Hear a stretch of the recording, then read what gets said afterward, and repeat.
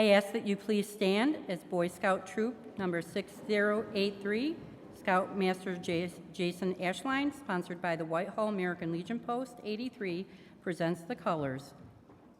And then please remain standing.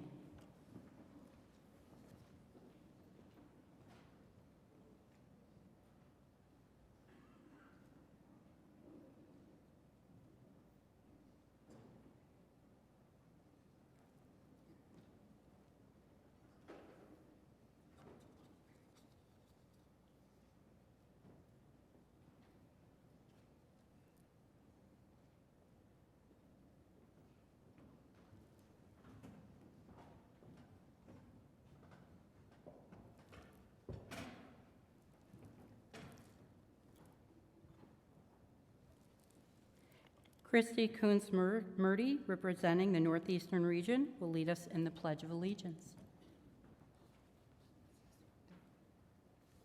I pledge allegiance to the flag of the United States of America and to the republic for which it stands, one nation, under God, indivisible, with liberty and justice for all. And please remain standing as Isabella Vieira, 7th grader from Fonda Fulton Central School District, will come up to sing our national anthem.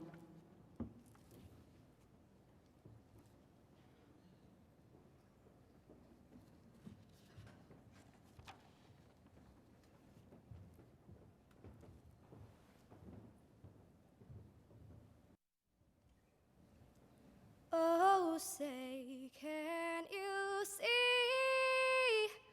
by the dawn's early light was so proudly we hailed at the twilight's last gleaming, whose broad stripes and bright stars through the perilous fight over the ramparts we watched were so gallantly streaming, and the rockets red glare, the bombs bursting in air, gave proof through the night that our flag was still there.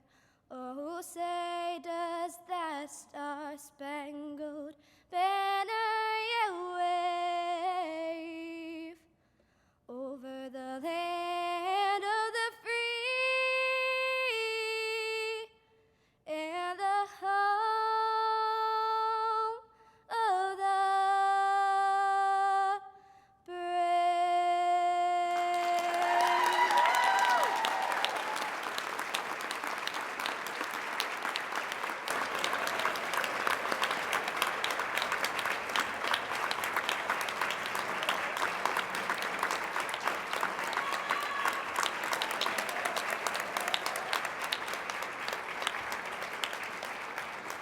Wasn't she great, folks? Isabella, the certificate is presented to you in appreciation. Thank you. Thank you. And if Stephanie Ashline could come up for the Boy Scouts.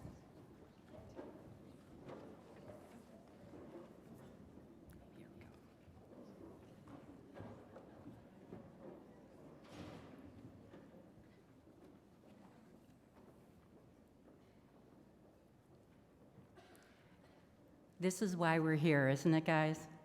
I just wanted to mention that.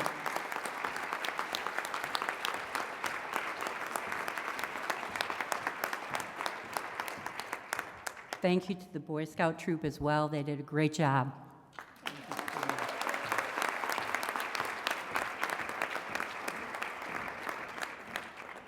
You may be seated.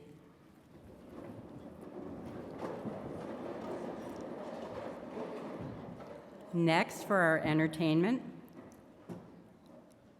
is the Whitehall High School Senior Handbell Ensemble, Director Melissa Clark.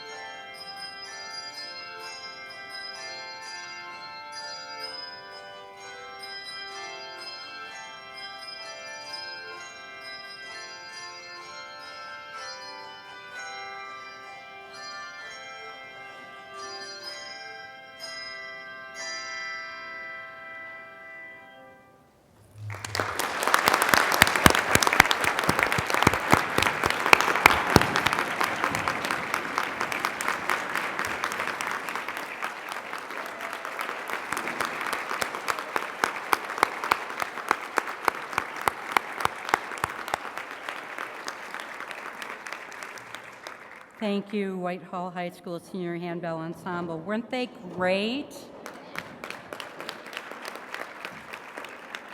Will Director Melissa Clark please come forward, accept the certificate of appreciation?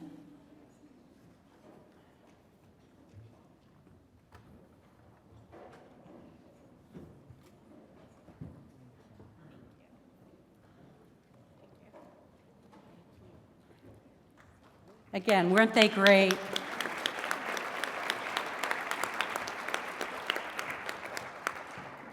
Students like these gifted musicians and the singer Isabella are the reason we are here. Do you agree? Yes. Supporting the arts as an integral part of a well-rounded education for all children and youth is so important. We are truly fortunate to have them and other talented students who will entertain us over the weekend. On behalf of the state governance team, it is my pleasure to welcome you to the 120th Annual Convention of the New York State PTA.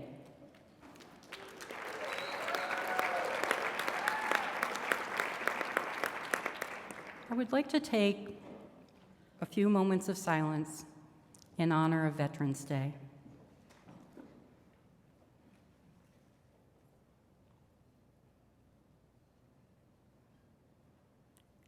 Thank you. This afternoon, we received some sad news. The past president of New York State PTA, Jane Bernhardt, passed away earlier this week. Jane was a president from 1999 to 2002. She's from the Taconic region and previously was a district director. Her theme was Parents and Teachers, Equal Achievement for Children and Youth. Isn't that a great theme?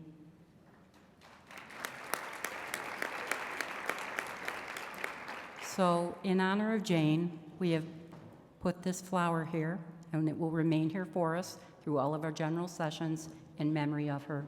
So please keep her and her family in your thoughts. Thank you. Barb Knighton from Southeastern Region will now come up and share an inspirational moment with us.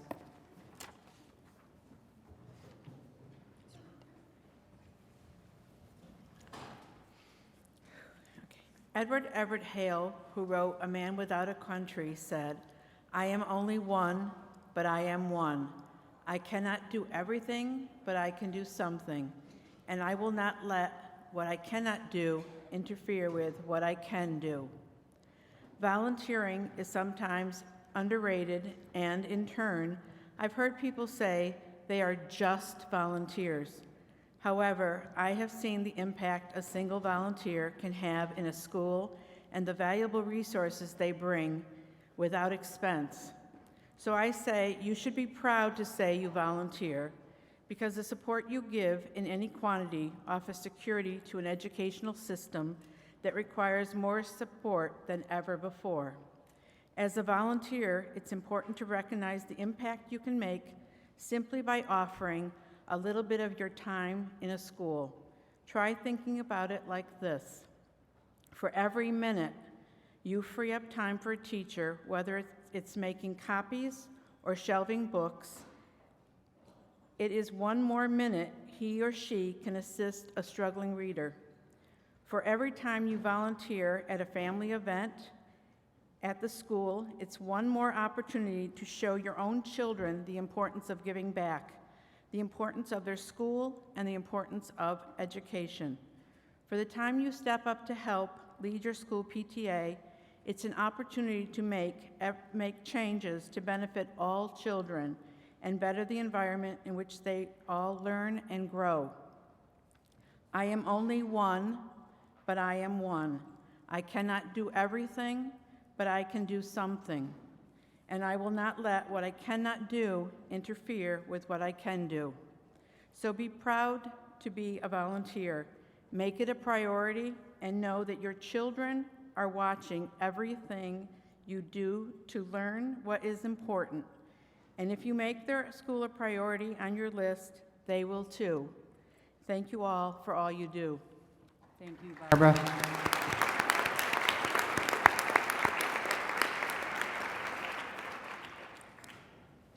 Very meaningful words that remind us of just how important what we do as a volunteer is to the children in our schools. This evening, it is our distinct privilege to have with us Stephen Dewey, PhD neuroscientist.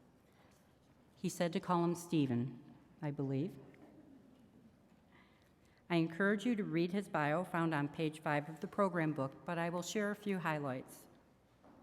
Renowned neuroscientist Dr. Stephen L. Dewey received his PhD from the University of Iowa. He completed his postdoctoral fellowship in the neurology department at Stony Brook University. During his 24-year tenure at Brookhaven National Laboratory, Dr. Dewey conducted research on the effects of addictive drugs on the human brain. These studies led to the development of an effective treatment for addiction. In 2009, Dr. Dewey moved his research program to the Center for Neurosciences at the Feinstein Institute for Medical Research at North Shore LIJ. Dr. Dewey started an outreach program in 1994, bringing his research findings to school districts throughout Long Island and the tri-state area. His informative message has reached tens of thousands of school-age children, parents, teachers, administrators, and counselors. Dr. Dewey's message is science-based, objective, and delivered with a sense of urgency, compassion, and caring that commands attention. Stated former LICADD Executive Director, Dr. Jeffrey Reynolds. Recently, Dr. Dewey accepted an appointment to the Suffolk County Board of Health, where he hopes to continue his education efforts in the fight against drug abuse.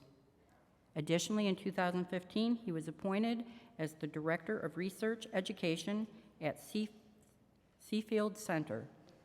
Dr. Dewey's research has been featured on 2020, Dateline, Good Morning America, ABC, NBC, CBS, Fox, pretty much all of the big networks, and Long Island News 12.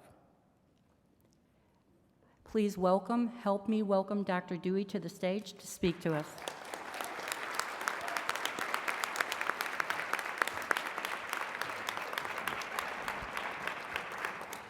Well, it's very nice to be here, and I appreciate the opportunity to tell you a little bit about what we're doing. Many years ago, when I was president of my own Board of Ed, it occurred to me that the research I was doing in the field of substance abuse should be disseminated to the very students that were in our charge as a Board of Education. In my business, what we do is we disseminate our information via research articles to our colleagues, and that's certainly an important aspect of the work I do, but being able to talk to kids about what we're seeing was much more important, at least I thought. So back then, in my own district, I live on the east end of Long Island, 400 kids. In 2015, I was really lucky. I was able to reach about 160,000, all over Long Island and all up and down the East Coast. And what I try to do is just go to schools and tell them a little bit about science. I don't make it complicated, and I answer every question that they ask. And what I thought I would do is show you a little bit of what I show them. When I was in medical school a long time ago,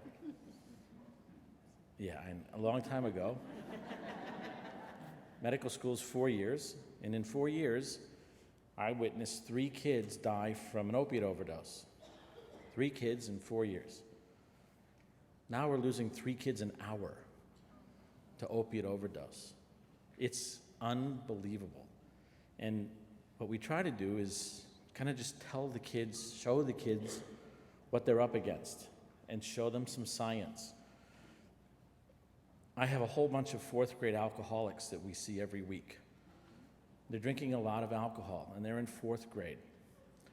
And I have a lot of kids using methamphetamine and cocaine and heroin. And if we can teach them a little bit about the science, let them see what's happening to their brain, at the very least, it makes them ask questions. And I can go to a school and talk for 15 minutes and answer questions for 2 hours, because the kids really want to know. So what I thought I would do is show you a little bit about our work. Where's the first, okay. We can go to the next slide. Oh, perfect. We can go to the next slide. What I do is I study individuals who volunteer, come to our center, who have been abusing different drugs. And we study them with a camera called a PET scanner. It stands for positron emission tomography. It's a non-invasive imaging technique that allows us to see how the brain lives. Not how the brain looks, how it lives. We know that in every disease, any disease you can think of, what changes is how the body lives, not how the body looks. So CAT scanning and MR and CT are really helpful, but they don't tell us a lot about the underlying etiology or progression of a disease like drug addiction, or for that matter, any disease.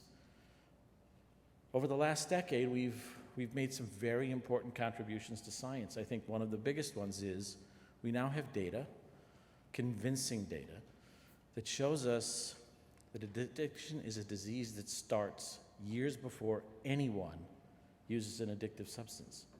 We know that brain chemistry is different in kids who subsequently go on to abuse drugs.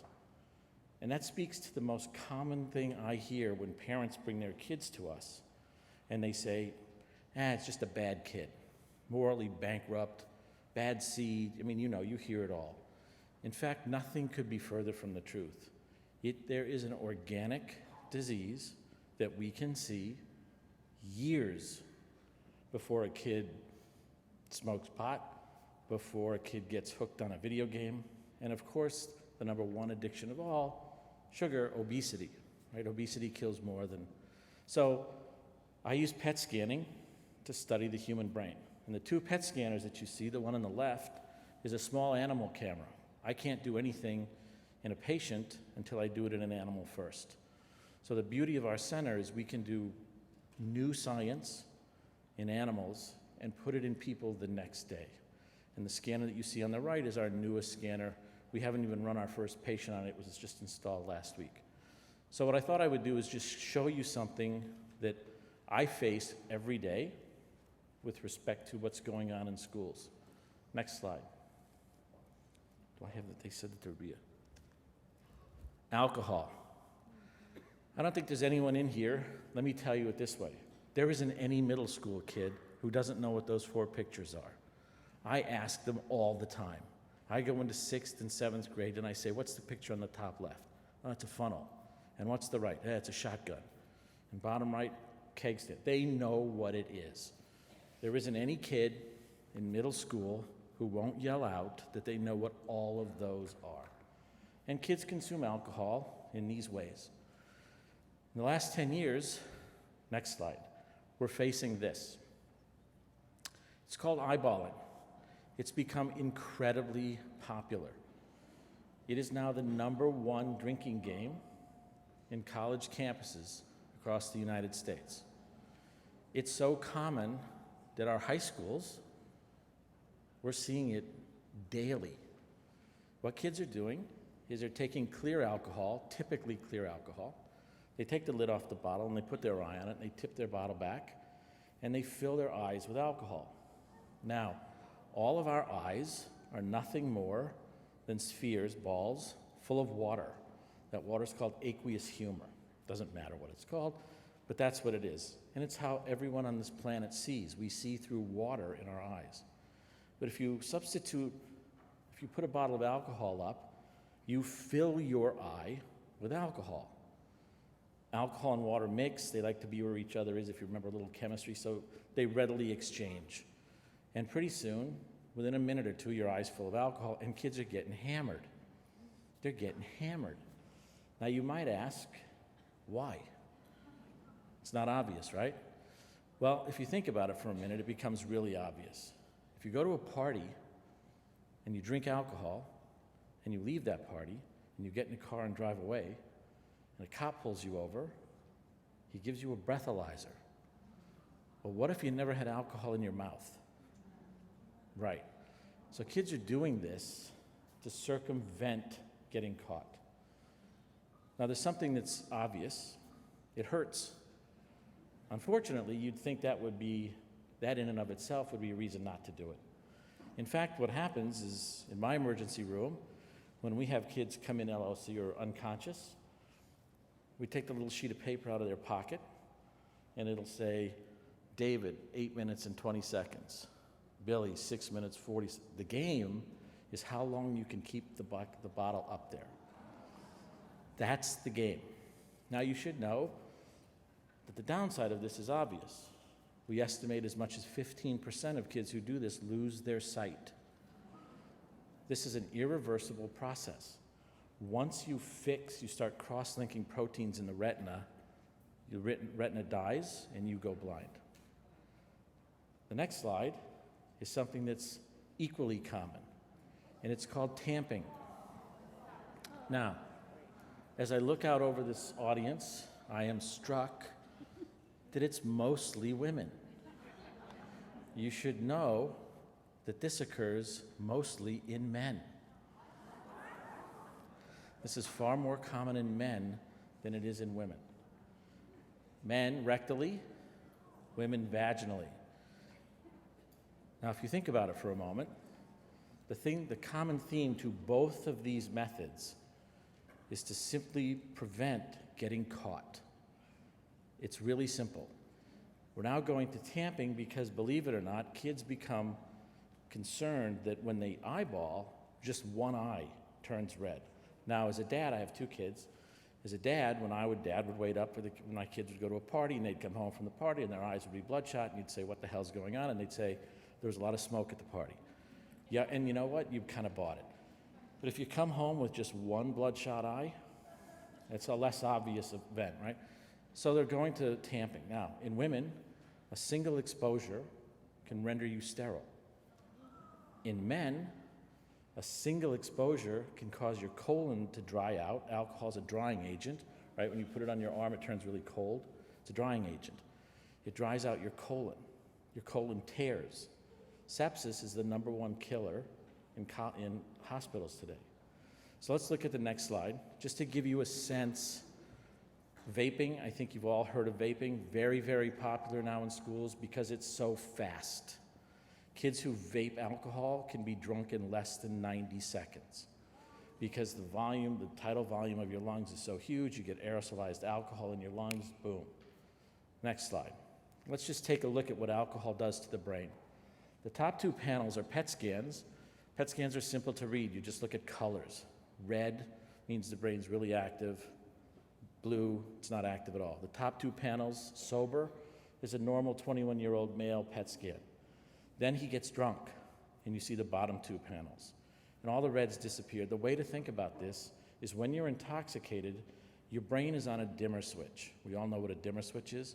When you take caffeine, you slide that dimmer switch up, the brain becomes metabolically robust. When you drink alcohol, just the opposite happens. You become metabolically blunted. Now, the data that you see right there are interesting. They're certainly predictable. But what wasn't predictable was the time course. If you look at those data and we follow them through time, what we find is those 2 images on the bottom, the images that are taken when the individual is intoxicated, don't return to normal for 5 to 7 days. That means when kids are drinking on a Friday night or a Saturday night, thinking that they're going to go to school Monday with a normal brain, nothing could be further from the truth. In fact, their brain isn't normal until the end of the following week. Now, the consequences of a low metabolic brain is we don't encode memories as well. We don't retrieve memories as efficiently. We don't relate memories as efficiently. So you can see that if you have a blunted metabolic brain and you want to go to school and learn Monday morning, it becomes a real issue. So what kids are doing is they start with a normal metabolic brain. They drink and it drops, and 5 to 7 days later it returns. They drink and it drops, and 5 to 7 days later it returns, until, next slide, we run into this. On the left is a 52-year-old male, normal PET scan. In the middle is a 51-year-old male, alcoholic, who hasn't had a drink in over 20 years. At some point, when you continue to drink, your brain adjusts itself to adapt to the lower metabolic state as normal, and it stays there. And there's no way to get it back to normal unless you drink. The right panel is a 52-year-old male alcoholic who's drunk when I took the picture, and his brain is normal. If you've ever asked alcoholics why they drink, the number one answer is, I drink to feel normal. I don't drink to get drunk. Now think about this disease for a minute. It represents a unique situation where we have what's called a positive feedback loop. It simply means you drink alcohol and you generate and perpetuate the disease of alcoholism. At some point, the alcohol becomes the treatment. So you drink, you develop the disease, you continue to drink to treat the disease. It's called a positive feedback loop. By definition, they are not sustainable for biological systems. So you can see how difficult it is for us to treat this because the individuals who have it drink as a form to self-medicate. And we see this time and time again. And the things that kids ask me all the time is, how much do I have to drink to get there? Well, we don't know. I can't take unalcoholic kids and scan them and then make them drink. And I'd like to, until I get the disease. I can do it in animals, and I have. But I can look at data from around the world where kids drink early and kids drink later, and what we can say is a couple things. The earlier you are when you start to drink, the sooner this happens. So my fourth graders are already there. Next, the pattern. The pattern for drinking is really important. 1 glass of wine a night for 7 nights is 7 glasses of wine a week. But 7 glasses of wine Saturday night, still the same amount of alcohol at the same time, but it's binge. Kids binge drink. So binge drinking, the pattern of drinking, also brings this on sooner. So I'm going to end there. I'm going to tell you that we look at every drug of abuse that's out there. We look at smoking pot in 7th grade, and we look at methamphetamine in 70-year-olds. So I really appreciate being able to come up here and talk to you a little bit about what we do. I'm happy to answer questions now or whenever you want. And thank you very much for your attention. I really appreciate your willingness to listen. Thank you. Dr. Dewey?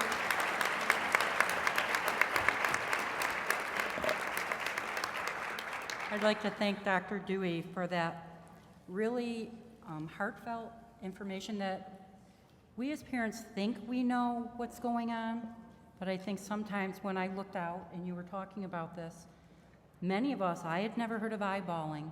There are many of us that need that education. I don't know if you're aware of it, but New York State PTA this past year, one of our issues briefed was around opioid and heroin abuse and prevention. And that is one of the reasons we asked you to join us, because we think it's so important for people to understand that drug abuse goes beyond that, but that it's also an epidemic. So we really want to thank you so much for joining us. And we have an honor here for you, an honorary life membership. And if people would like to maybe ask you questions later, will you be around later? Yeah, sure. Okay. Would that be great, guys? Thank you so much. Thank you very much. Really appreciate it.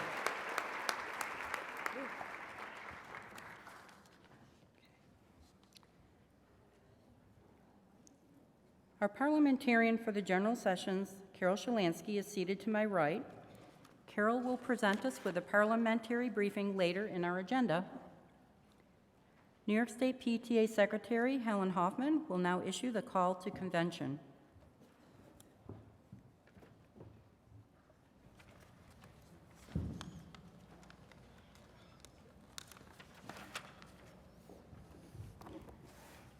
Delegates from units, councils, and regions are invited to attend the 120th convention of the New York State Congress of Parents and Teachers, Inc., November 11th through 13th, 2016, at the Saratoga Springs City Center in Saratoga Springs, New York.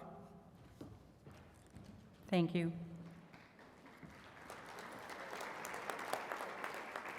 The auditors for this convention are members of the New York State Board of Directors, They are Antoinette Darden-Cintron and Lori Fontana.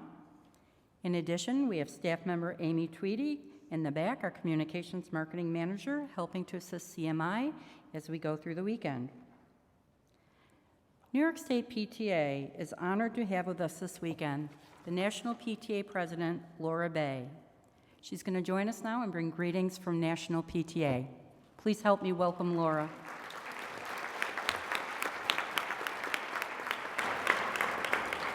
Greetings, everyone. It is absolutely wonderful to be here with you once again. 4 years ago, I came and joined you at your convention. It was a wonderful experience, energizing, the excitement in the room.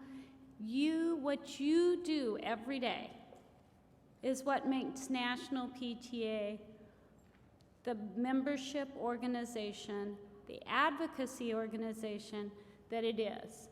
And my greetings to you from National PTA is in recognition of what you do in each of your communities every single day, as parents, as teachers, as volunteers, as advocates, and as members.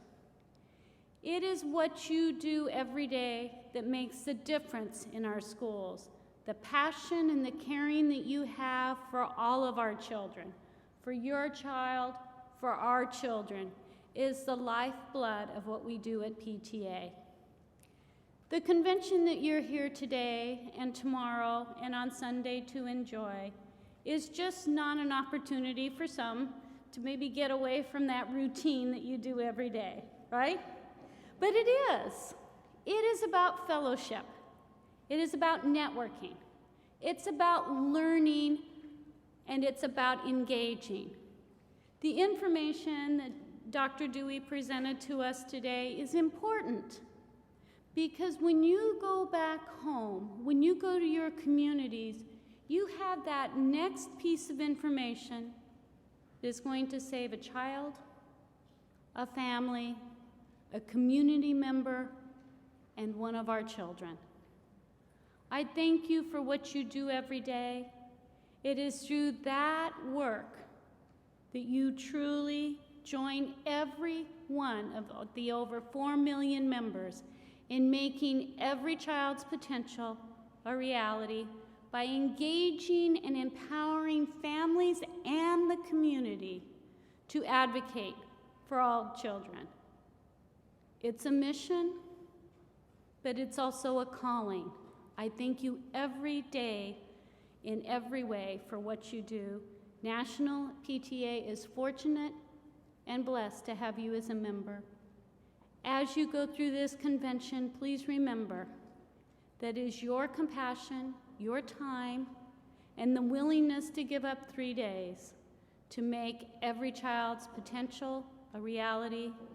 And with our one PTA family, we care about each of those kids. Thank you so much for having me. Thank you for all the time that I will spend with you in the next 3 days. Ask me any question, and if you ever get to the Seattle area, I know where the original Starbucks is, Pike's Place Market. I'll buy you a cup of coffee. Thank you very much.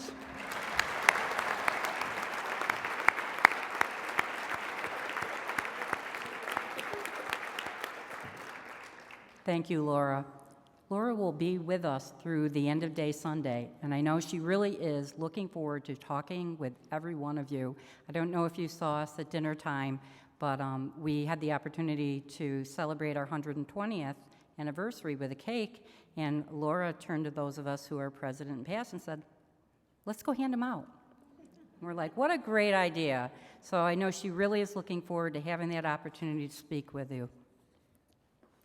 So this is the part of our program where you have the opportunity to meet your state volunteers who give so much of themselves so that our association can be the premier family engagement and advocacy association for all New York children. Once again, it is a pleasure to introduce National PTA President Laura Bay. You can just wave if you would like. Laura will also be speaking with us at the banquet, and she will also be at the President's luncheon tomorrow. so look forward to that. She will share strategies as well in a workshop on tomorrow's leaders, attract, develop, and orient leaders through transition.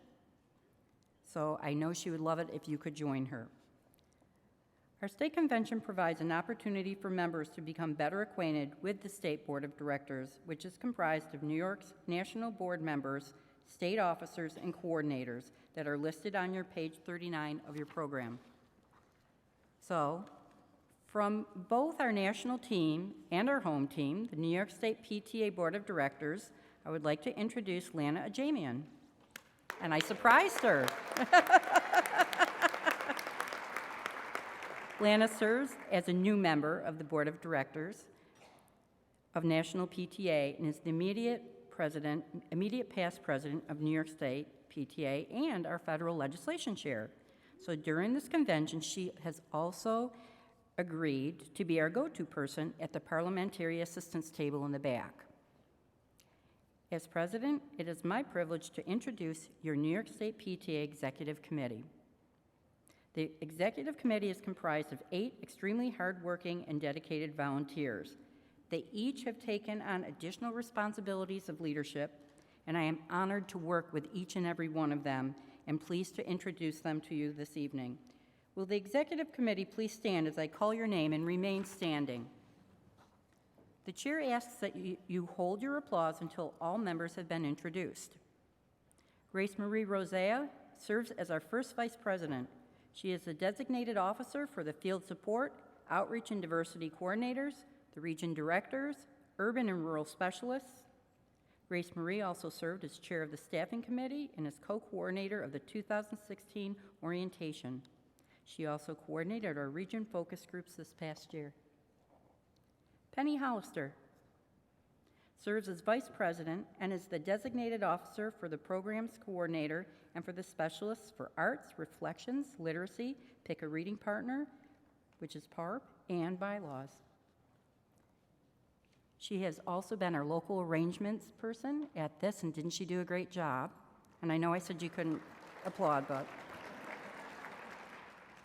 Jane Harsha serves as vice president and is the designated officer for the advocacy team, which includes the education, family engagement, legislation, resolutions, and wellness coordinators, and specialists for health, juvenile protection, environment, and special education.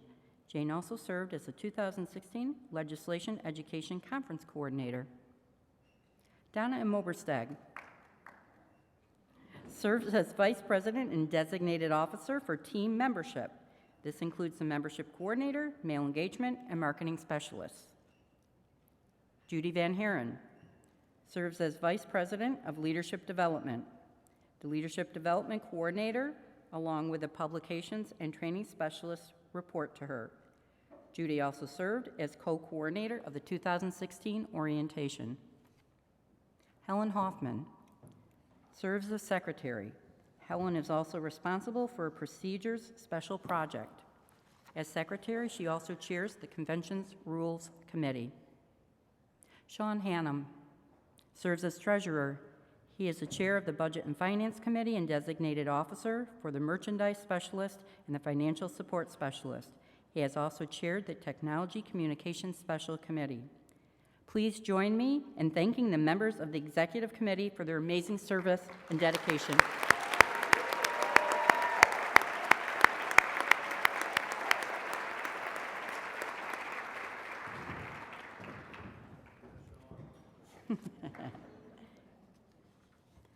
At this time, we introduce our past presidents, and I do have another paragraph on Lana, but I think she would, agree that we set it off.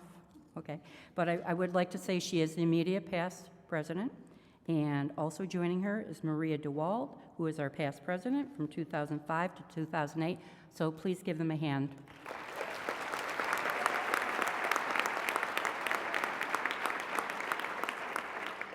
Thank you, ladies. To introduce the coordinators is Vice President Penny Hollister. The chair requests that the coordinators stand and face the delegates as they are introduced and remain standing. Please hold your applause until all are introduced. Penny, will you please introduce our state coordinators?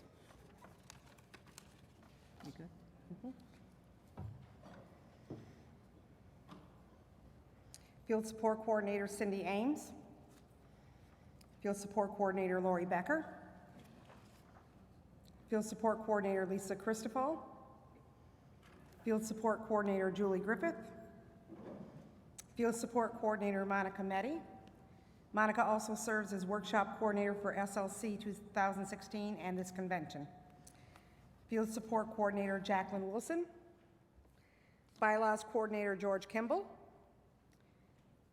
Education Coordinator Catherine Romano. Family Engagement Coordinator Lonnie Phillips. Leadership Development Coordinator Antoinette Darden-Cintron. Legislation Coordinator Suzanne Smuller. Membership Coordinator Lori Fontana. Outreach Coordinator Lori Zaman. Programs Coordinator Joan Wobnick. Resolutions Coordinator Dana Playton. Wellness Coordinator Lucio Vitale. And not with us this weekend is Diversity Milena Den and Youth Member Lindsay Petrovsky. Please help me in thanking your state coordinators.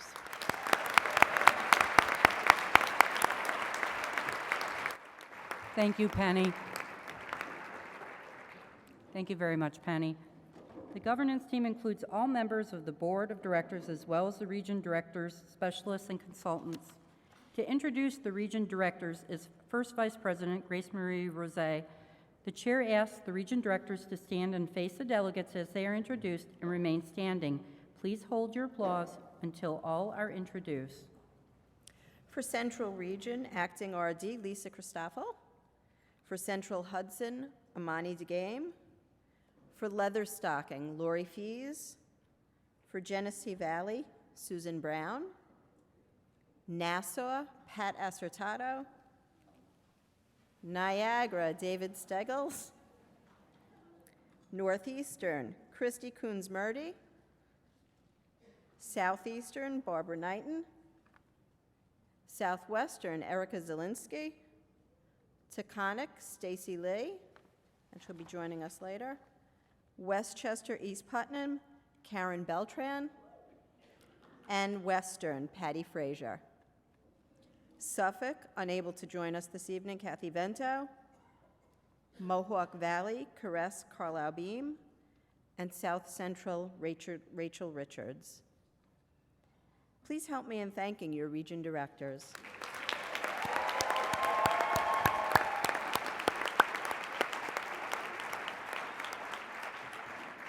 Thank you, Grace Marie. Please be seated. Vice President Jane Harsha will introduce our specialists.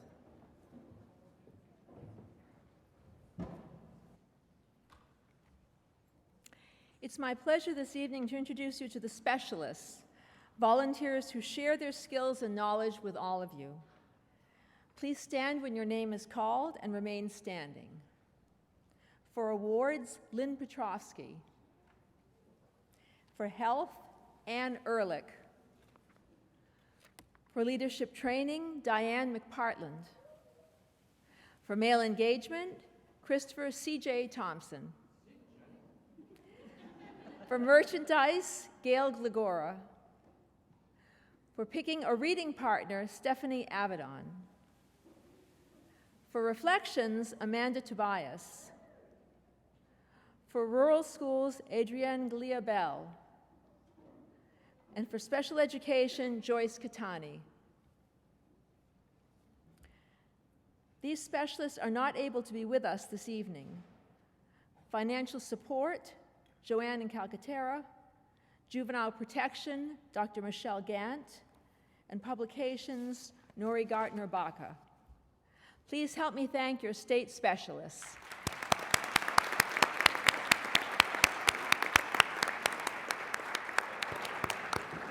Thank you, Jane. As president, I am assisted in the ongoing work of the association by experienced individuals who serve as consultants. It is my pleasure to introduce them to you tonight. Please stand while I call your name and remain standing. Susan Burkhow, historian. Stephanie Fear, special meetings liaison. Neil Johanning, treasury support. Lori May, convention coordinator. I'm not too sure where, oh, there you are. Maria DeWald, Partnership Support, and member of the management team of the New York State Family Engagement Coalition.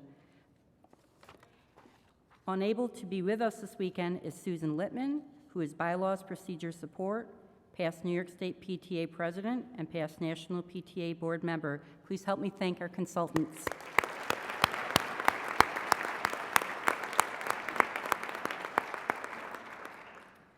I would now like to ask our extraordinary staff members, all who are here at this convention, to stand as I introduce them. They are often our unsung heroes, but without them, we would not be able to provide you with the memorable experience you will share following this weekend or all the services you receive throughout the year. Executive Director Kyle Macaulay-Belakapitsky.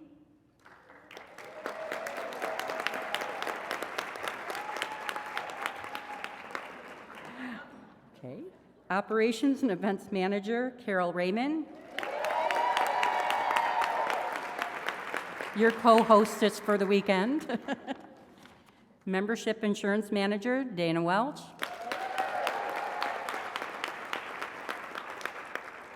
Events Programs Associate Lynette Degnan.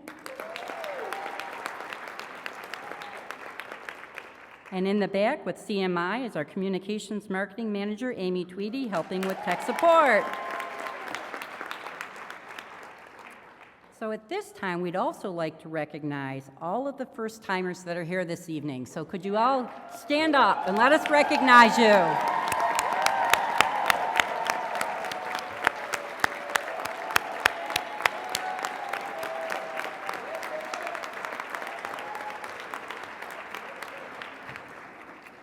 Thank you so much.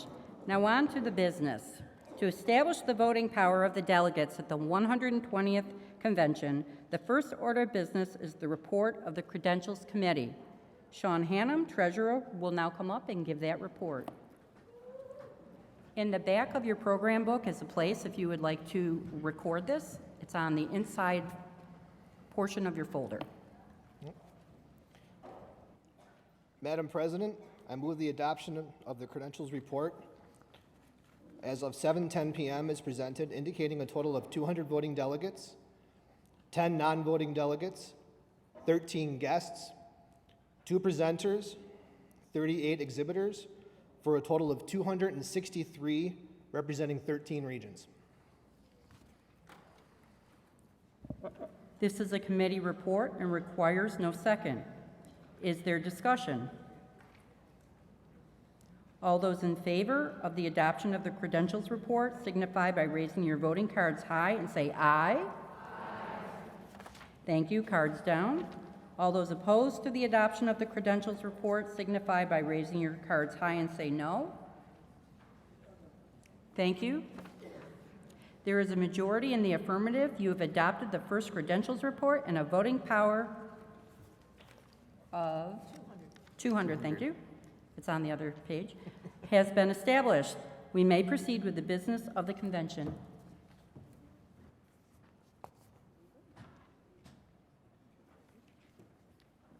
Helen Hoffman, Secretary and Chairman of the Rules Committee, will present the convention rules.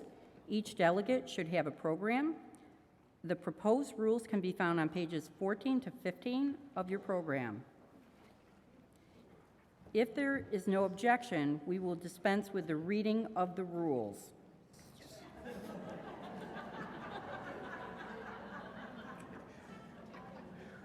She still had to come up. Madam President, I move the adoption of the convention rules as printed. Well, first I'm going to say, hearing no objections.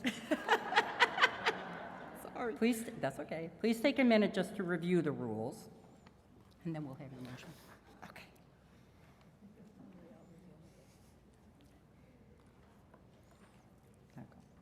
Okay. Madam President, I move the adoption of the convention rules as printed. This is a committee report and does not require a second. Is there any discussion?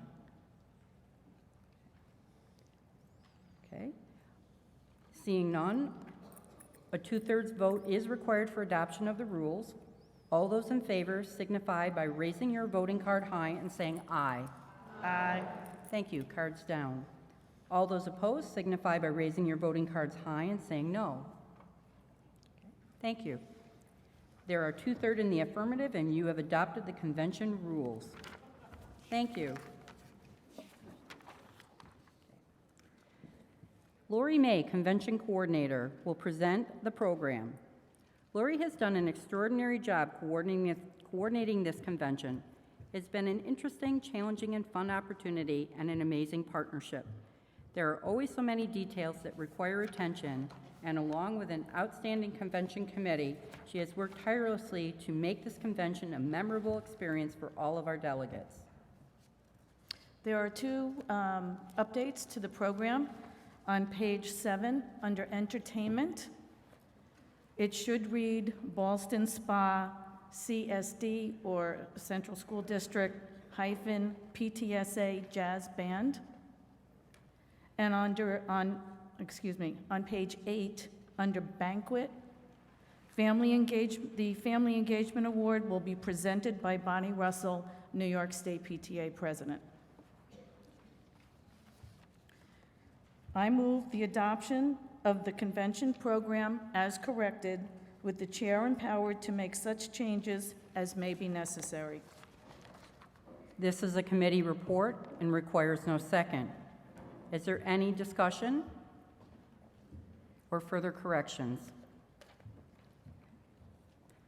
Are you ready to vote? All in favor of adopting the program as amended, signify by raising your voting cards high and saying aye. Aye. Thank you. Voting cards down. Those opposed signify by raising your voting cards high and saying no. Thank you.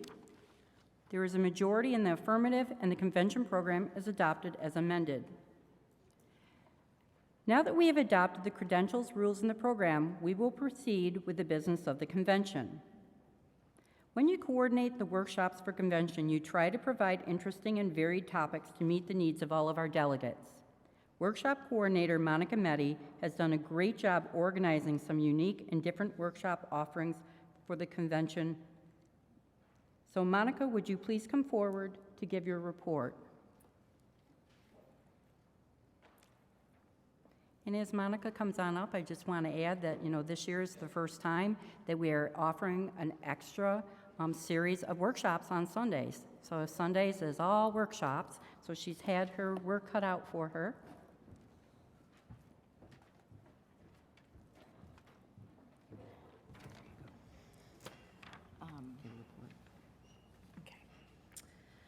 I wanted to thank all the presenters who are going to be presenting. Today we had 6 workshops. Tomorrow there'll be 8. Sunday there's 15 in 2 different sessions.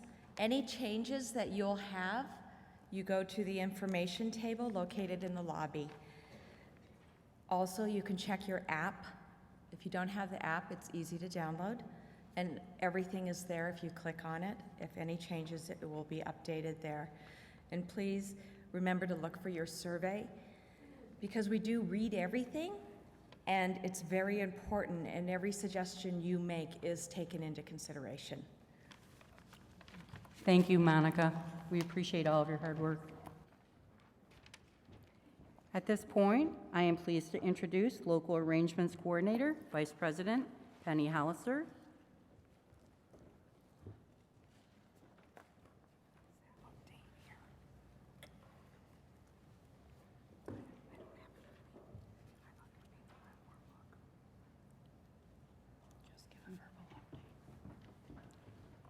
Just one moment, please.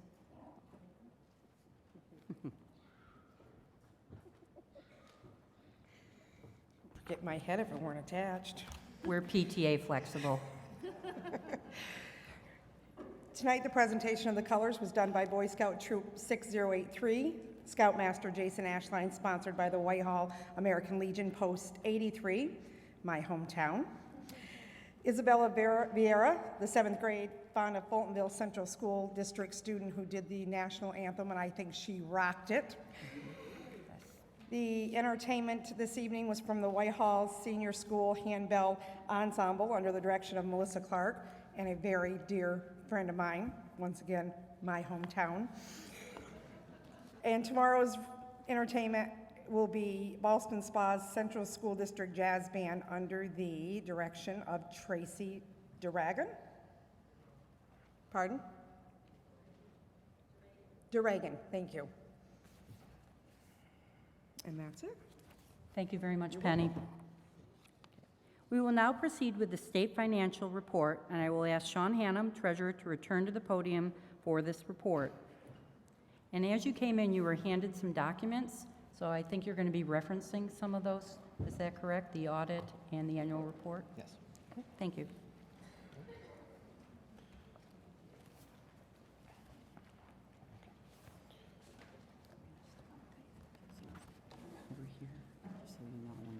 Right.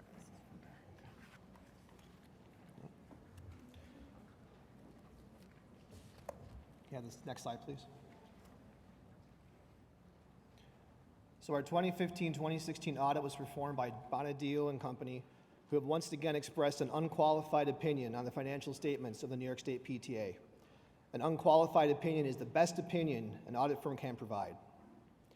The results of the audit have been reviewed by the New York State PTA Board of Directors. Next slide, please. Our budget actually consists of 4 separate budgets, all planned and administered separate from one another. We have the general operating fund, where the majority of the income and expenses that we use to run the organization, the association, are tracked. The Twin Projects budget, which is used to administer the Twin Project scholarship funds. The Pick a Reading Partner budget, which is used to administer funds for our literacy and reading program. And the insurance program budget, which is used to administer the insurance program that provides insurance coverage to our units. Next slide. In our general operating fund, our total income last year was $804,485. Our total expense was $798,772. We came in under budget by $5,713. Next slide. It's important to note that in last year's approved budget, there was an expected deficit and use of general fund reserves of approximately $110,000. We're extremely pleased to share that because of sound fiscal oversight and decision-making, there was no use of general funds to meet deficits and no use of general reserves. In actuality, instead of a $110,000 deficit, at the end of the year, there was a positive $73,669 worth of cash on hand.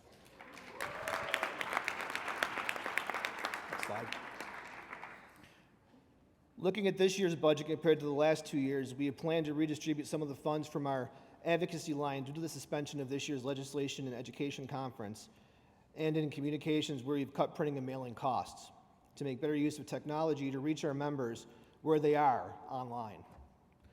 We have reallocated these funds and expanded to other areas such as field support, leadership, and the implementation of our new state-of-the-art membership system. Next slide.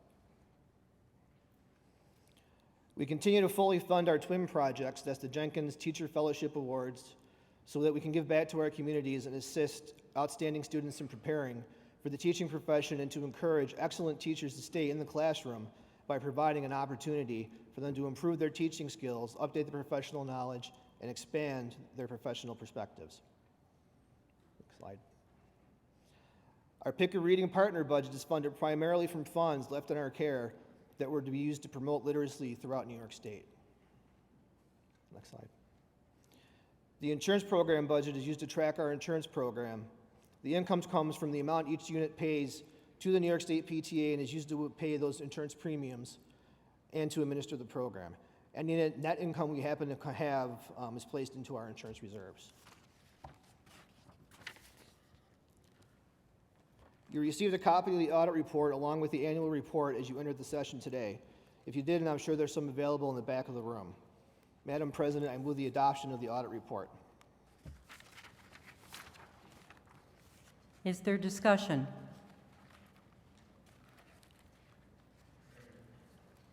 All of those in favor of approving the auditor's report signify by raising your voting cards high and saying aye. Aye. Thank you. Cards down. All those opposed signify by raising your voting cards high and saying no.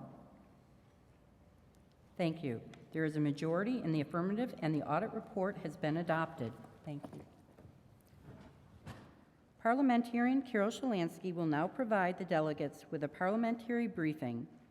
Carol is a registered parliamentarian. Thank you, Madam President. Thank you. Good evening. I like saying that, good evening. Many of you have been to the past few conventions, or more than just the past few, and I've had the pleasure of getting to know you and working with you. Those of you who have been here before know the philosophy I have when it comes to parliamentary procedure. Parliamentary procedure is a tool designed to help us complete a great deal of work fairly and efficiently in a limited amount of time. It is not a weapon to be feared. And more importantly, it is not an end in itself, even though I tend to think that sometimes. Parliamentary procedure is a tool we use to foster democratic decision-making, nothing more. You have come here this week to conduct the business of New York State PTA. You've come here because you care about children. You've come here so your opinions can be heard and so you can affect the future of this great organization. The aim of everyone up here on the podium is to empower you to do just that. If you are not well-versed in parliamentary procedure, please do not be intimidated by what you see. Just think of this as a supersized unit meeting. If you want to do something, but you're not sure how, simply ask. When the convention is not in session, just come to me and ask your question. While the convention is in session, make a parliamentary inquiry from microphone number 3. Ask your president how to do it, and she will tell you, or she'll ask me and I'll tell you. If you do not ask, if you do not understand what to do or what is going on, then not only are you giving up your own rights, but you're also forfeiting the rights of the people back home who sent you to this convention as your delegate. You've come to Saratoga Springs to learn and to participate. The vote of every delegate counts. There are 86 different motions listed in the current edition of Robert's Rules of Order, newly revised, your parliamentary authority. But don't worry, I promise you, we're not going to use them all. If you look on page 21 of your program, you will find a table listing frequently used motions. Actually, it's on page 22. There is one motion on page 21 that I want to discuss. It is the request for information. It used to be called point of information. It is a very powerful motion. It gets you to microphone 3, and it stops the clock. This motion is designed to get information, not give information. Please, when you are recognized for a request for information, ask a succinct question. Do not engage in debate, or Madam President will call your action dilatory and ask you to please be seated in a very nice way. On page 20, you will find more information on parliamentary procedure. On page 23, you will find the microphone rules. Microphone 1 is used to speak in favor of a motion or to make an amendment. And microphone 2 is used to speak against a motion or to make an amendment. So it's based on where you are in the room. And microphone 3 is reserved for privileged and incidental motions only. In the convention rules you adopted, there are time limits, which I will go over right now. No delegate shall speak for more than 2 minutes.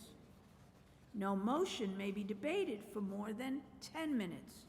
No new resolution may be on the floor for more than 30 minutes. No update can be on the floor more than 15 minutes. And no retention shall be on the floor more than 10 minutes. I am available to talk to delegates throughout the convention. Just tell me what you want to do, and I'll be happy to tell you how to do it, if it's a parliamentary question. I do not fix cars. It is very, very important that each and every delegate feel that he or she has had a fair opportunity to participate in the business of this convention, regardless of his or her experience or parliamentary knowledge. You have gathered here in Saratoga Springs to work together to further the objects of PTA. You may not always agree with every delegate who is here, but throughout this annual convention, you will work together for a common goal. Children, I thank you for this opportunity to once again serve your organization. Now, have a great convention. Thank you, Carol.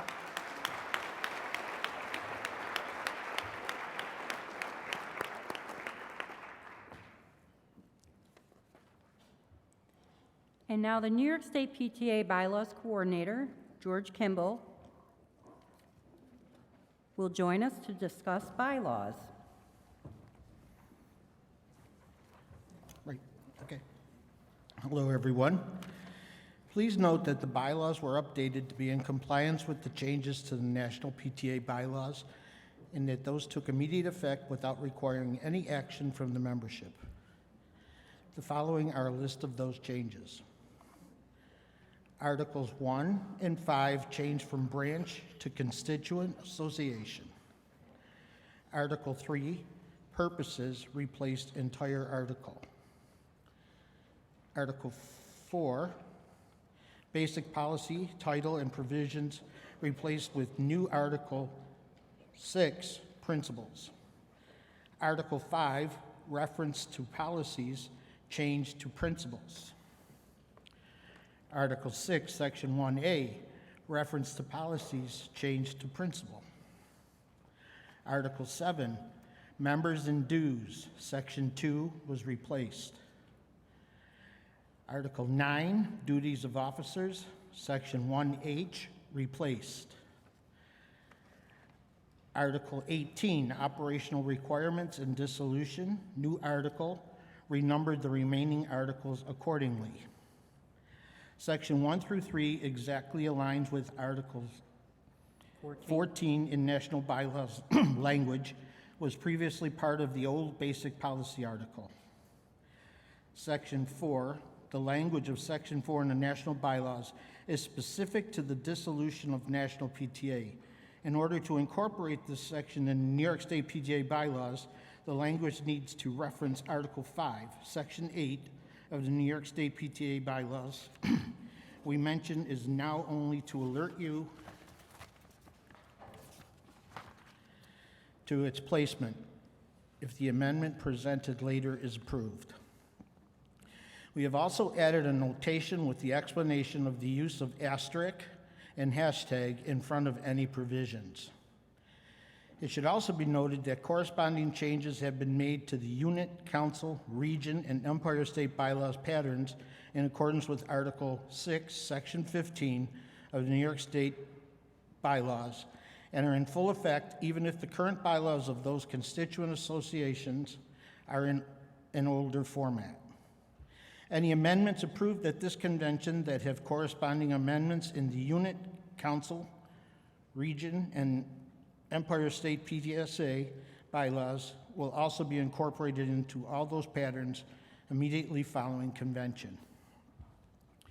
Pages 16 and 19 of your program book I will now present the proposed bylaws amendments located on pages 16 and 19 of your program book for adoption.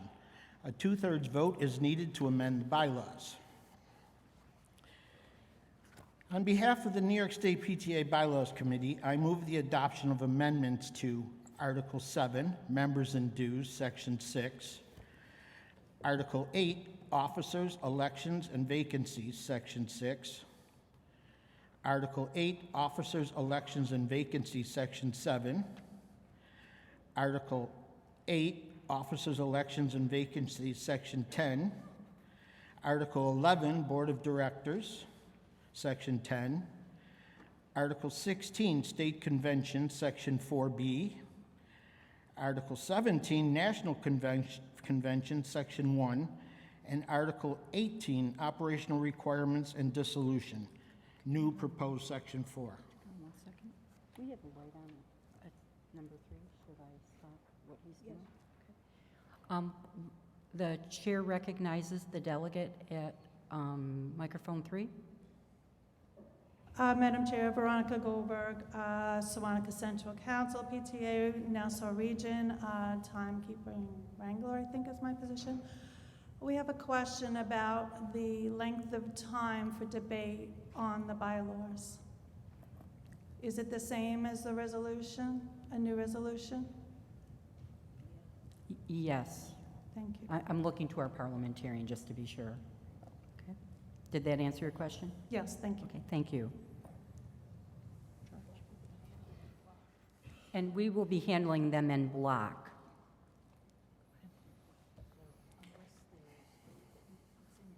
Why don't you continue on? Are we ready? Okay. This is a committee report and requires no second.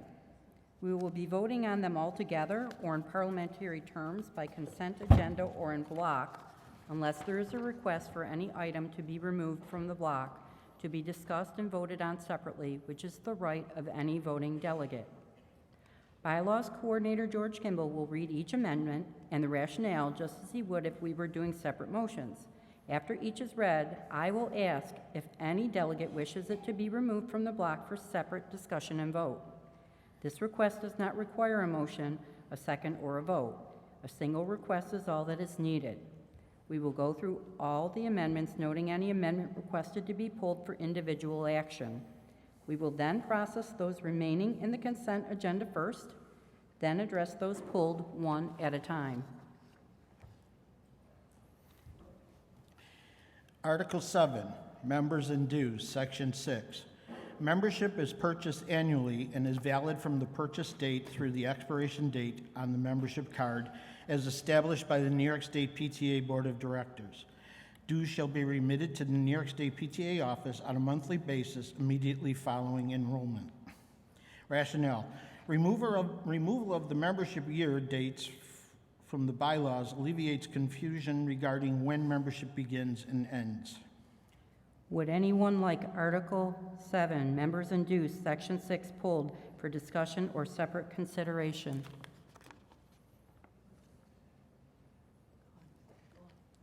No? Okay. Please continue. Article 8, Officers, Elections and Vacancies, Section 6. To be eligible for election as an officer, except for the office of President, a member shall have served at least 2 years on the Board of Directors of the New York State PTA, or shall have served at least 1 year on the Board of Directors and at least 2 years as Region Director or Specialist. Rationale. The proposed changes are recommended to expand the pool of candidates, recognizing the changing demographic of future leaders, while ensuring that the appropriate experience and knowledge of that state-level operations is gained. Would anyone like Article 8, Officers, Elections and Vacancies, Section 6, pulled for discussion or separate consideration? Continue, please. Article 8, Officers, Elections and Vacancies, Section 7. To be eligible for election to the office of President of the New York State PTA, a member shall have served at least 1 year on the Executive Committee of the New York State PTA and at least 2 years on the Board of Directors, or at least 2 years on the Executive Committee of the New York State PTA and at least 1 year on the Board of Directors. Rationale. The proposed changes are recommended to expand the pool of candidates, recognizing the changing demographic of future leaders, while ensuring that appropriate experience and knowledge of the state-level operations is gained. Would anyone like Article 8, Officers, Elections and Vacancies, Section 7, pulled for discussion or separate consideration? Good. Continue, please. Article 8, Officers, Elections and Vacancies, Section 10, Nominating Committee. A, the nominating committee shall include 5 members and 3 alternates. The 5 members shall consist of 2 members of the executive committee, 2 members of the board of directors who are not members of the executive committee, and 1 member who is either a region director or specialist and who is also not simultaneously executive committee or board of directors members. 1 alternate should be a member of the board of directors who is not a member of the executive committee and shall replace any member from the board of directors category. 1 alternate shall be a member of the executive committee and shall replace any member from the executive committee category, and 1 alternate shall be either a region director or specialist and shall replace the region director or specialist committee member. If 3 members of the nominating committee must be replaced, all alternates shall serve. B, the 2 executive committee members, 2 board members, and their respective 2 alternates shall be elected by ballot by the board of directors at the pre-convention board of directors meeting. In even number of years, the 1 member and 1 alternate from among the region directors and specialists shall be a region director elected at a meeting of the region directors and specialists held in conjunction with the pre-convention board of directors meeting. In odd number of years, the 1 member and 1 alternate from among the region directors or specialists shall be a specialist elected at a meeting of the region directors and specialists held in conjunction with the pre-convention board of directors meeting. A majority of the region directors and specialists shall constitute a quorum of the group. All members elected to the nominating committee assume their duties at the close of convention. C, the chair and alternate chair of the nominating committee shall be elected by the nominating committee at a meeting immediately following the elections of its members.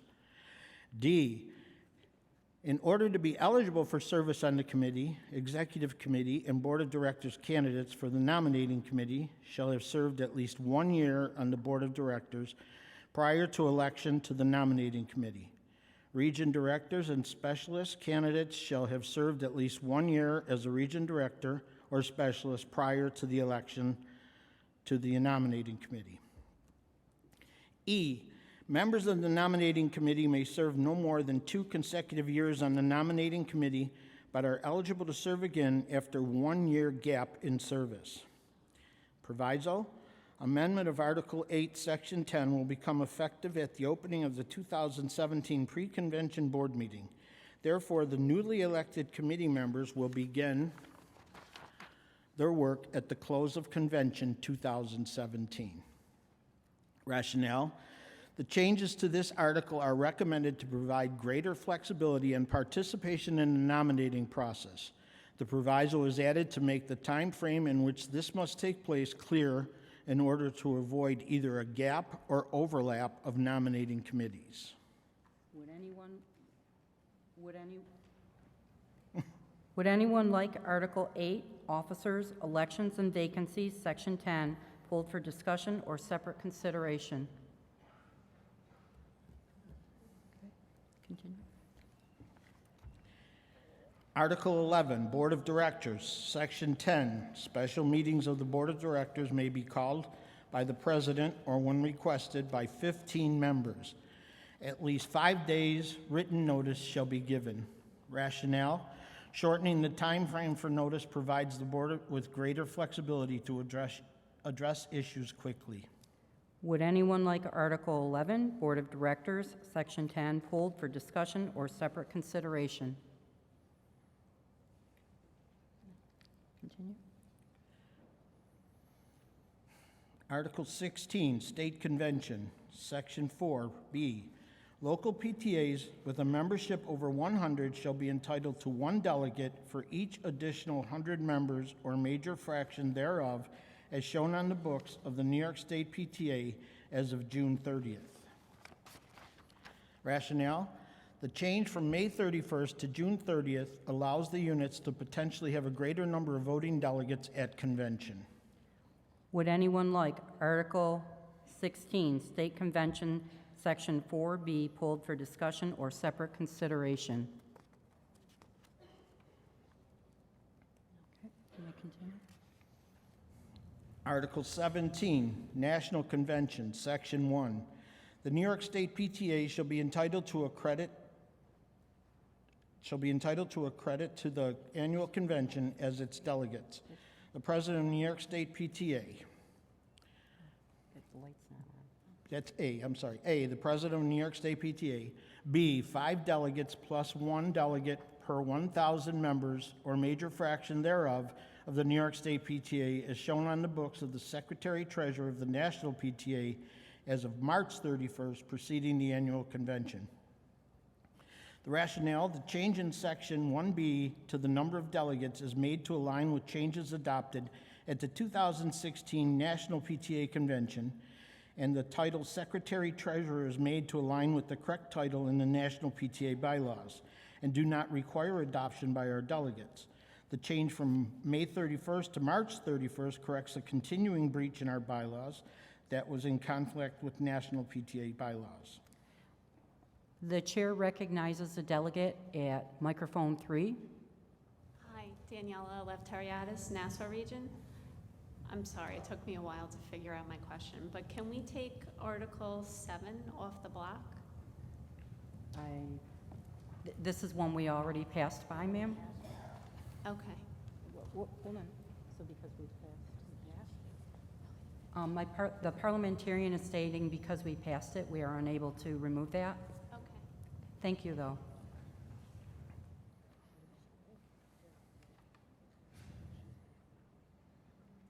So are we, for me to ask him? That's you. Okay.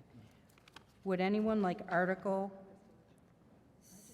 17, National Convention, Section 1, pulled for discussion or separate consideration?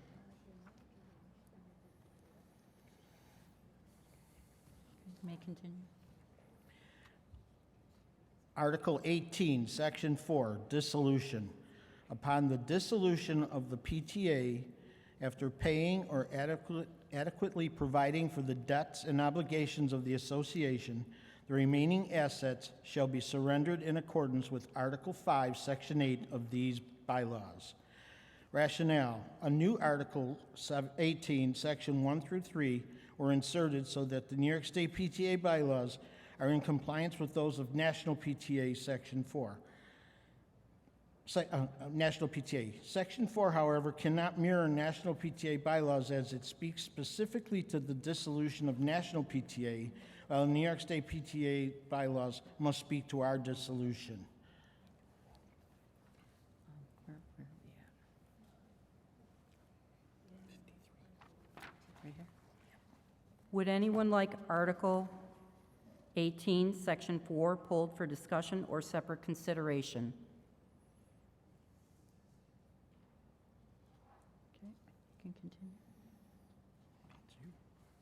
Okay. No bylaws amendments were requested to be pulled from the block. Madam President? Can you hold on one Sure. second, please? We were wondering if you had a question on Section 7 still? Are you sure? You do have a question. So what would you recommend, Madam Parliamentarian? Come to a microphone? Any microphone? Yeah, it is. Could you please come to a microphone? Okay. The chair recognizes the Daniela delegate. Leftariadis. So my question as a membership person is, the purchase date, does that count as when they're entered in the system? Or is it when they pay their dues? What if they can't do? So if you only do membership monthly, what happens to the time that they were, thinking they were members before that? As this is a technical membership question, I'm looking towards those individuals to see if they might be able to help us to answer that question. Could you restate that? Okay, so if we collect membership, let's just say I only pick it up once a month, and then I enter it into the system. If you paid your dues, as far as you're concerned, say September 1st, but I don't enter it until September 29th, are you not a PTA member from the 1st to the 29th, according to this? Can you guys hear her? Could you go to a mic, please? She'll just be 1 second. Sorry. Yeah, we have not pulled this. We just wanted to give her the opportunity to clarify. No, that wasn't the point of doing this.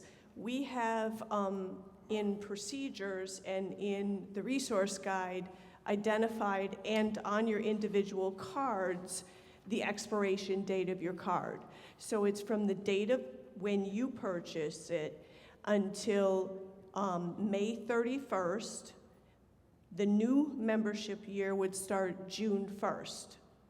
So your membership card is valid from the date you buy it until May 31st. When you purchase it. It's valid. Well, Did that answer your? Technically, on the card, Right. the expiration date says September 31st to September 30th to May 31st. Okay. So it's not the day you buy it, it's the beginning of the school year. My concern is the only way that you know when it was bought is when it's entered in the system. And the people who write their check or, pay, think they're valid from when they pay. If I may ask, does this affect this particular one being able to pass or not? No. Okay, so what I'm wondering is if perhaps this is something they might be able to help to explain to you, offline, if that would be okay, just so that we can make sure that you are clear? Okay. Would you be okay with that?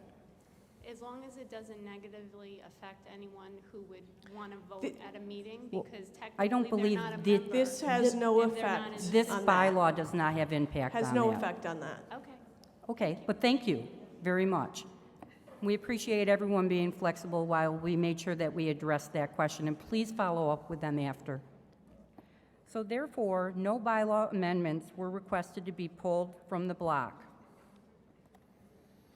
Madam President, by direction of the Bylaws Committee, I move the adoption of amendments to Article 7, Members and Dues, Section 6, Article 8, Officers, Elections, and Vacancies, Section 6, Article 8, Officers, Elections, and Vacancies, Section 7, Article 8, Officers, Elections, and Vacancies, Section 10, Article 11, Board of Directors, Section 10, Article 16, State Convention, Section 4B, Article 17, National Convention, Section 1, and Article 18, Operational Requirements and Dissolution, new proposed Section 4.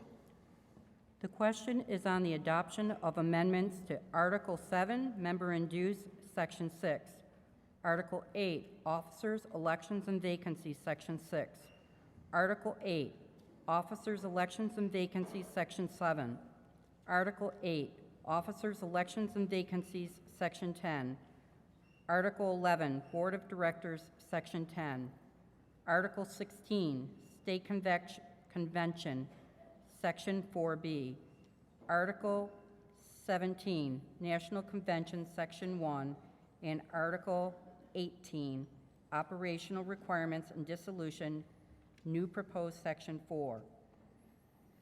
There being no objection by general consent, you have adopted the changes and amended the bylaws of New York State PTA. Thank you.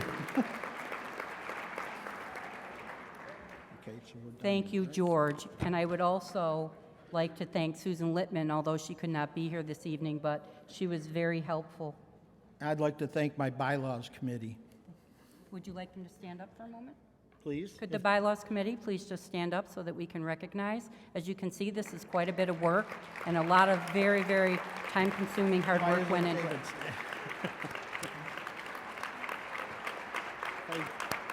Thank you, everyone.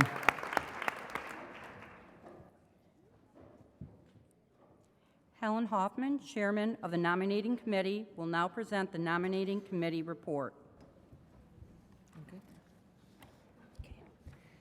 I would like to recognize and thank my fellow nominating committee members, Jane Harsher, Monica Metti, Dana Platon, and Catherine Romano, along with alternate Penny Hollister. Madam President, the 2016 Nominating Committee submits the following slate of nominees to be presented to the delegates at the 2016 convention of the New York State Congress of Parents and Teachers, Inc. President, Grace Marie Rosea. First Vice President, Judy Van Haren. Vice President, Lori Zaman. And Secretary, Helen Hoffman. The chair requests that the nominees stand and face the assembly as their names are called.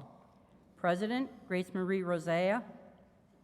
First Vice President, Judy Van Haren. Vice President, Lori Zaman. Secretary, Helen Hoffman. Thank you, nominees.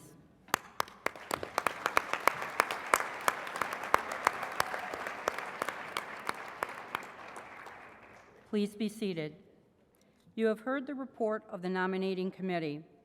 In accordance with Article 8, Section 12, additional nominations may be made from the floor only if a candidate submitted their qualifications 14 business days before opening of convention.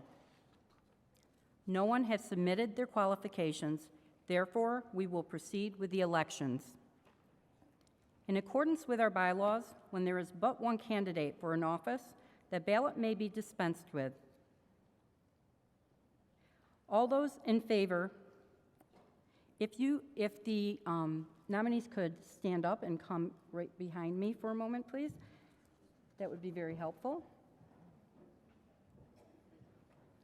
There was a note I was supposed to tell them beforehand. It didn't happen.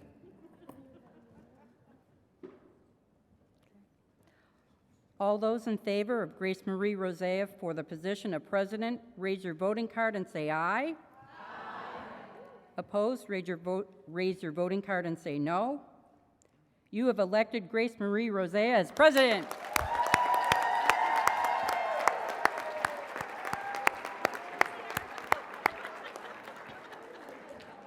I'm not sure what just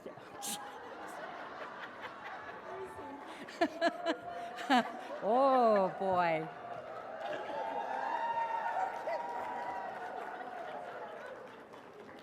Are we ready? All those in favor of Judy Van Haren for the position of First Vice President, raise your voting card and say aye. Aye. Opposed, raise your voting card and say no. You have elected Judy Van Haren as First Vice President.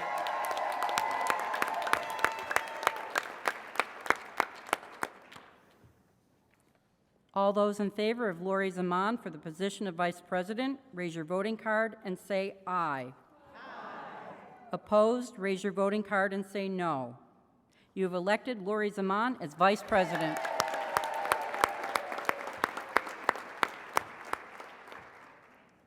All those in favor of Helen Hoffman for the position of Secretary, raise your voting card and say aye. Aye. Opposed, raise your voting card and say no. You have elected Helen Hoffman as Secretary. Members of the New York State PTA, the chair presents your newly elected officers for your congratulations. President Grace Marie Rosea, First Vice President Judy Van Haren, Vice President Lori Zaman, and Secretary Helen Hoffman.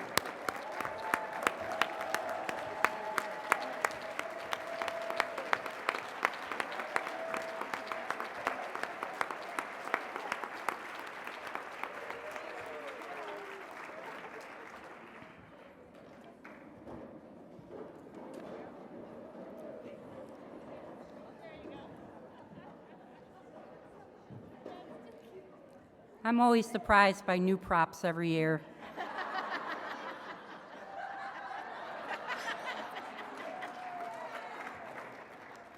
I want one of those later. The election of officers has left a vacancy in the position of Vice President, held by newly elected First Vice President Judy Van Haren. The term of that position is 2015 to 2017. There is one remaining year. In accordance with our bylaws, Article 8, Section 10I, if a vacancy in office has been created by the convention, the nominating committee shall be charged with submitting to the convention the name of a candidate for the office to be filled. The election by the convention shall be by ballot from among the persons nominated by the nominating committee or from the floor. At this time, the chair charges the nominating committee to meet this evening at the close of session to select a nominee to be presented to the delegates at the start of session 2 tomorrow morning. In the morning, per our bylaws as stated in the aforementioned article, the chair will also entertain nominations from the floor as well as that presented by the nominating committee. Helen, please convene your committee this evening. Now, I also want to note that we did approve a new updated bylaw this evening, which does change those that will be eligible. So, Judy, Helen, I believe that you have that available if anybody has any questions about how that changes any of the eligibility with those changes. So at this point, the chair would like to call your attention to the New York State PTA Basic Policy, which can be found on pages 23 to 24 of the convention program. The chair now asks Resolutions Coordinator Dana Playton to join us at the podium to present.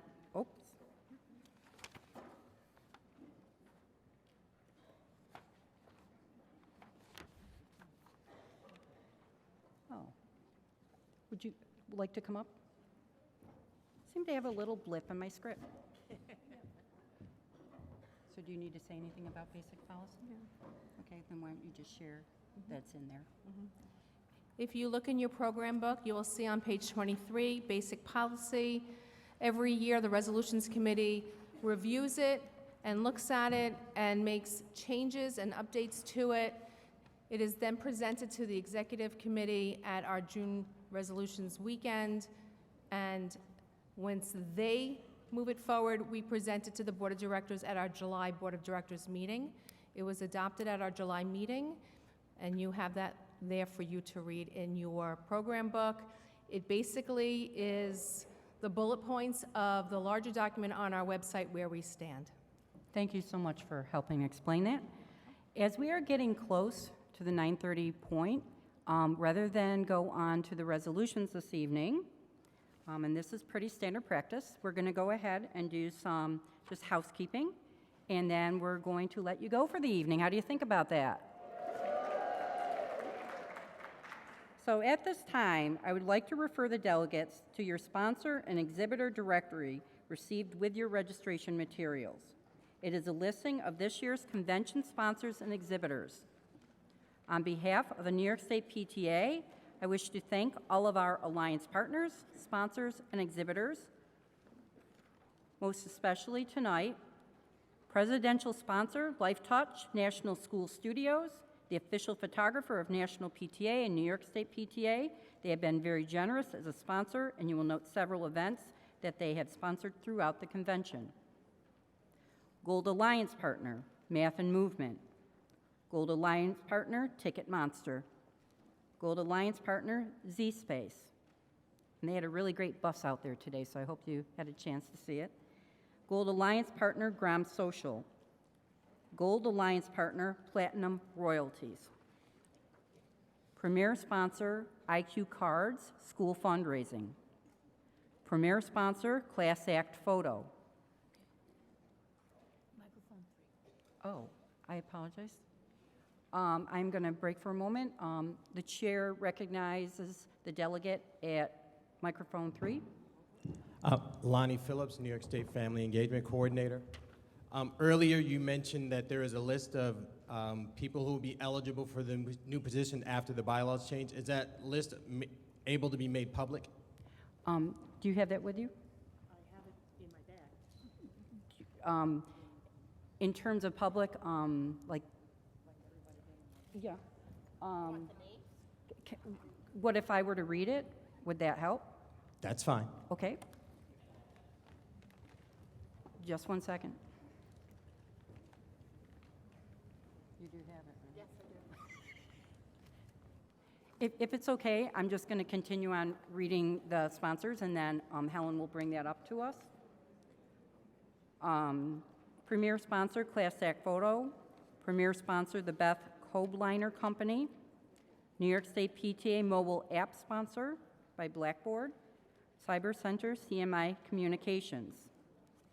If you are an Empire State PTSA member and have signed up for the annual meeting, this breakfast will be held tomorrow morning in the Travers Room. Those who registered for this breakfast, please note that it will begin at 7 a.m. You will need a ticket to attend. For all other convention attendees, breakfast will be served in the Saratoga Ballroom from 7 a.m. through 8:30 a.m. You also will need tickets. If anyone has concerns, please see Carol Raymond. She's going to wave. Please do make every effort to be on time for the start of General Session 2 at 9 a.m. back here at the City Center. I'm going to just finish one more announcement, and then I'm going to have Helen come up and share that information. Please visit the PTA store and the PTA share table, 8:30 to 3 p.m. Saturday, no Sunday hours. The Cyber Center, which also has charging stations. The Reflections Art Roadshow, exhibit and sponsor commercial and not-for-profit exhibits. We really, really would like you to make sure you make it to the exhibit hall. We have some excellent, excellent sponsors. Carol? Can you guys hear Carol?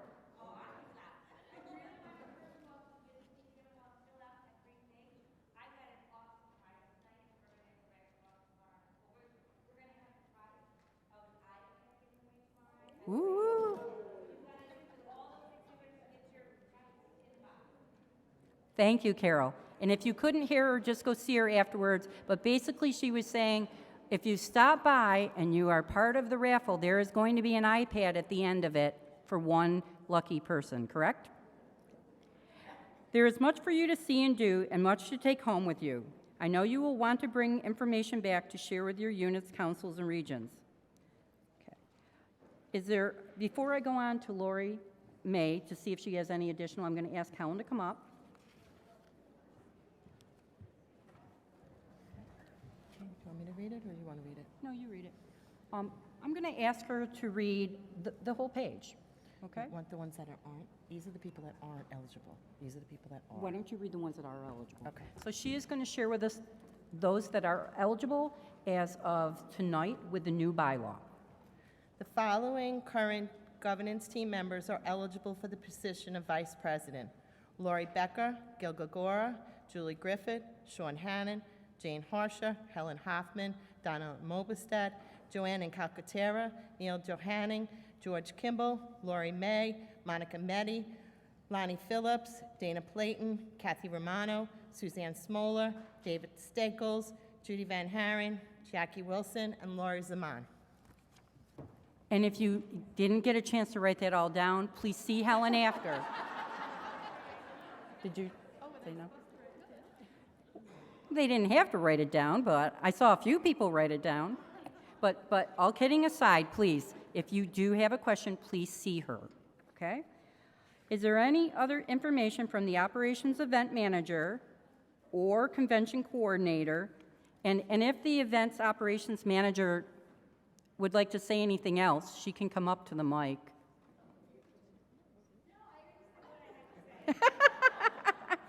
Okay, then Lori. Lori says that she's all set. At this time, there will be no need for the candidates forum. If there is a need, we would stay, but we are not. I'm sorry, that was in parentheses. However, there will be a resolutions briefing caucus in Broadway 3 immediately following this session. So please make note of that, because we do have the resolutions that we will be covering tomorrow, and the caucus is a great opportunity to discuss and get your answers to your questions. If there is no objection, we are adjourned until 9 a.m. tomorrow morning.